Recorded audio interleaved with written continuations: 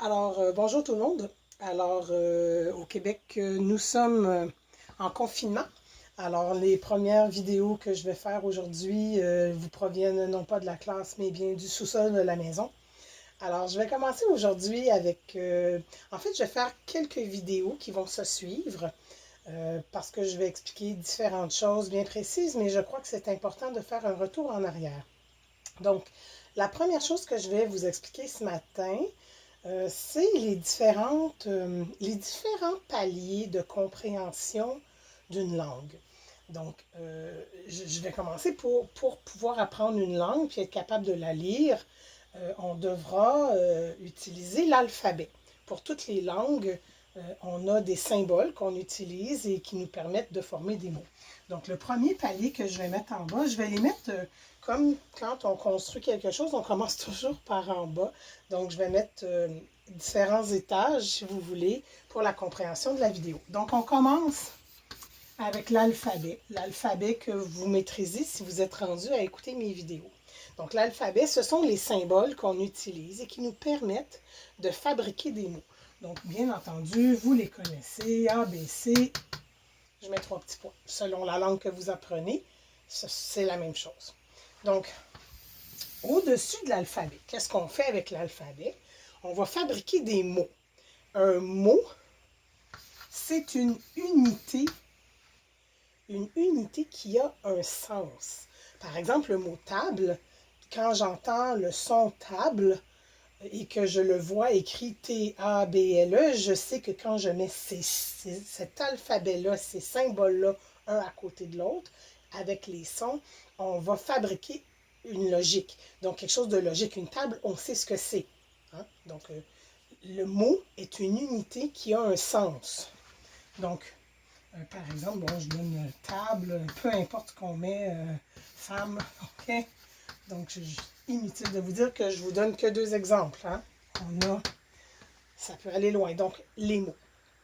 Ensuite de ça, pour former des phrases, on va regrouper les mots.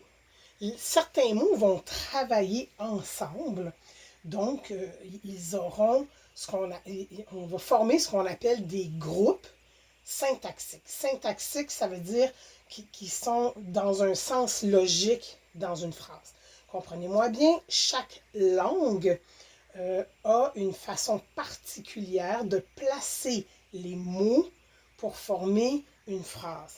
En français, on a notre façon à nous. Donc, on formera des groupes syntaxiques et bien entendu, il est fort possible que ces groupes-là soient différents dans votre langue. Okay? Donc, les groupes syntaxiques, c'est un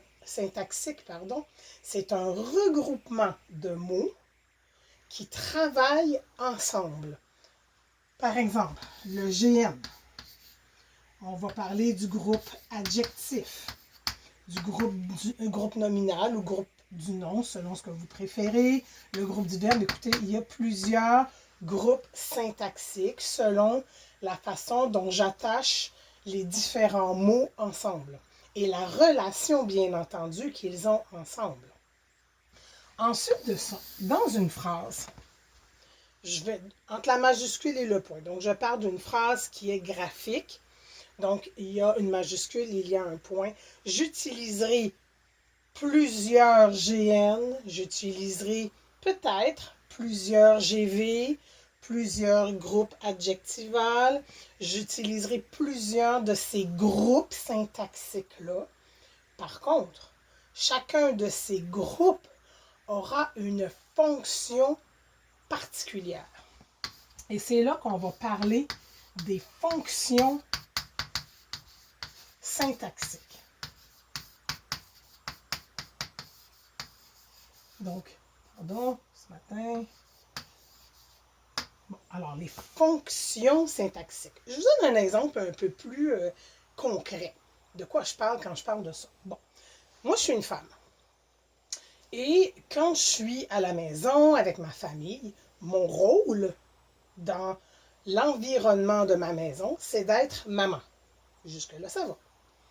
Quand je me déplace à l'école, je ne suis plus une maman. Mon rôle n'est pas d'être une maman. Mon rôle est d'être enseignante. Donc, puis bon, par exemple, bon, dans mon groupe moto, mon rôle n'est pas d'être maman, n'est pas d'être enseignante. Mon rôle, je suis secrétaire dans ce groupe-là, donc mon rôle, c'est d'être secrétaire. Donc, vous comprenez que dans chaque situation de vie, et selon la relation que j'ai avec les gens, quand je suis avec mes collègues de travail, je ne suis pas en relation mère-enfant, je suis en relation collègue de travail. Donc, je suis en relation enseignante. Donc, c'est ça qu'il faut comprendre, c'est que je peux avoir différents groupes syntaxiques, mais selon l'endroit qu'il occupera, le poste spécial qu'il occupera dans ma phrase, il aura un rôle spécifique à jouer. Et plus loin, beaucoup plus loin dans le français, on réalisera aussi qu'un groupe syntaxique ne peut avoir qu'un seul rôle à la fois. Il ne peut pas jouer deux rôles différents dans une même phrase. Donc, c'est un peu comme si je disais, à l'école, j'ai un rôle de maman et j'ai un rôle d'enseignante.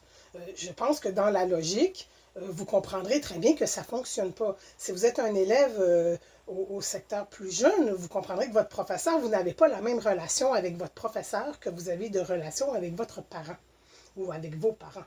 Donc, c'est ça la logique qu'il faut garder. Donc, la fonction syntaxique, c'est le travail que j'ai à faire dans un environnement particulier. Donc, alphabet, le mot, le groupe syntaxique, donc à qui j'appartiens, à quel groupe j'appartiens. Par exemple, tu pourrais appartenir au groupe élève et peut-être que certaines personnes qui m'écoutent font partie d'un groupe enseignant. Et la fonction syntaxique, quel rôle il a dans la phrase. Très souvent, malheureusement, les élèves mélangent ces deux-là à cause du fait qu'on a le mot syntaxique dans les deux. Donc, c'est important de faire une différence entre un groupe et une fonction. D'accord? Alors, j'arrête cette vidéo-là et je vais reprendre avec une vidéo un peu plus loin qui ira plus profondément dans un des groupes syntaxiques. En fait, je vais analyser avec vous deux groupes syntaxiques qui parfois portent un peu à confusion. Merci.